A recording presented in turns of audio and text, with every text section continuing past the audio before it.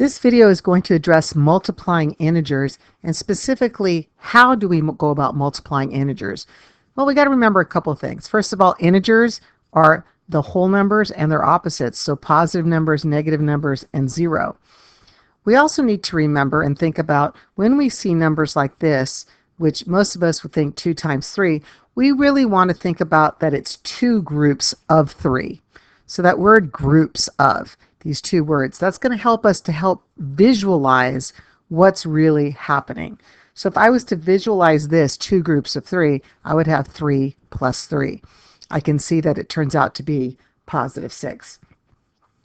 Now, I also need to know when I'm doing integers is realizing that the negative sign really should be having us say the opposite of. When we see a number that has a negative sign in front of it, we really should be thinking about the opposite of that number. This is the opposite of positive 2. Remember, we talk about that integers, the negative side is the opposite of the positive side. So we need to use this terminology, and if we do, it will help us when we're trying to figure out what times what equals what. So let's go through the rules one by one, and we'll do some examples here off to the side as well. So get rid of that. Okay. So here I have 3 sets of 2, or 3 groups of 2. So I have 2 plus 2 plus 2. And we can see that they're all positive, and therefore we end up with a positive answer. So let's think about that in terms of our rules. A positive times a positive will equal a positive number. And we can see that by our example over there on the right. Now let's start to change it up a little bit, and let's start putting in some negative numbers, or the opposite of our positive numbers. Here we have 3 sets of the opposite of positive 2, or 3 sets of negative 2. Well, if I was to write that out, I would have a negative 2 plus a negative 2 plus a negative 2. I can see that there are 3 negatives, all negatives there. It's going to give me a negative answer. So when we think about the rules tell us that a positive times a negative equal a negative. Let's switch it around a little bit. And in this example, we're going to put that negative sign out front. Well, what this is saying to us is that I want the opposite of 3 sets of positive 2. Well, I already know that 3 sets of positive 2 is 2 plus 2 plus 2. If I want the opposite of that, I need to write the opposite of that. And the opposite of that would be negative 2 plus negative 2 plus negative 2. And if I was to add all of that together, I can see that that's what gives me negative 6. And that is why when you hear the rule of a negative times a positive is a negative, this is where it comes from. And in this last example for our rules, here we have the opposite of 3 sets of the opposite of positive 2, or the opposite of 3 sets of negative 2. Well, up above here, we had the 3 sets of negative 2 right here, right?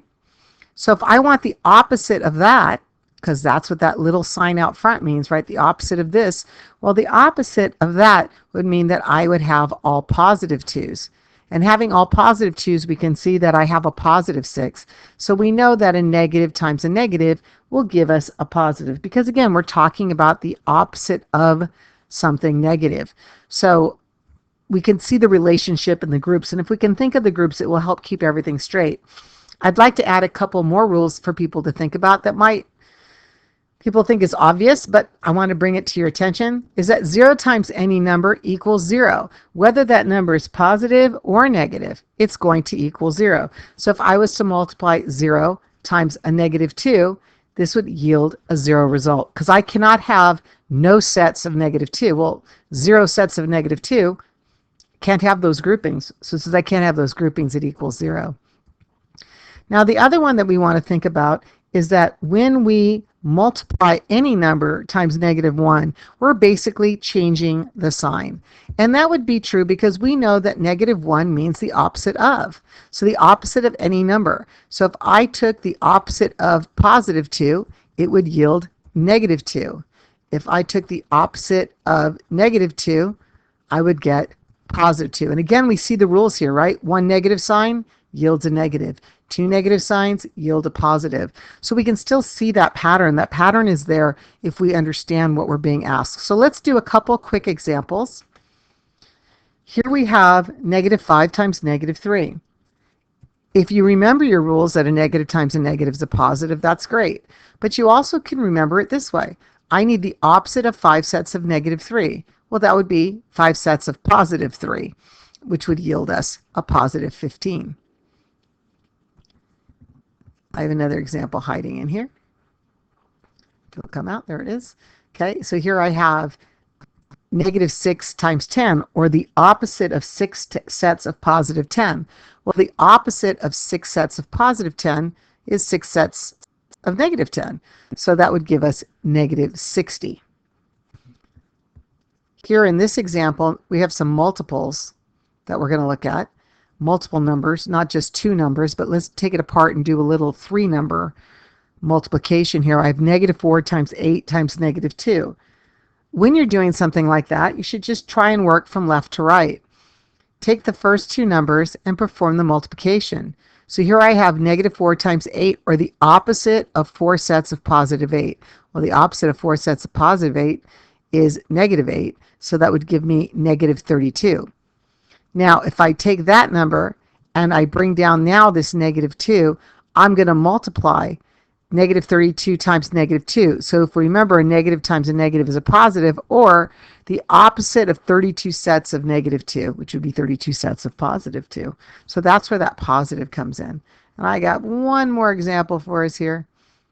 Again, we're talking about something a little obvious, I would hope. Negative 35 times 0. Or can I take negative 35 and cut it into 0 sets? I can't, so that equals 0. So hopefully understanding integers and how they multiply and possibly looking at it from the terms of groups of and the opposite of helps you in memorizing those rules.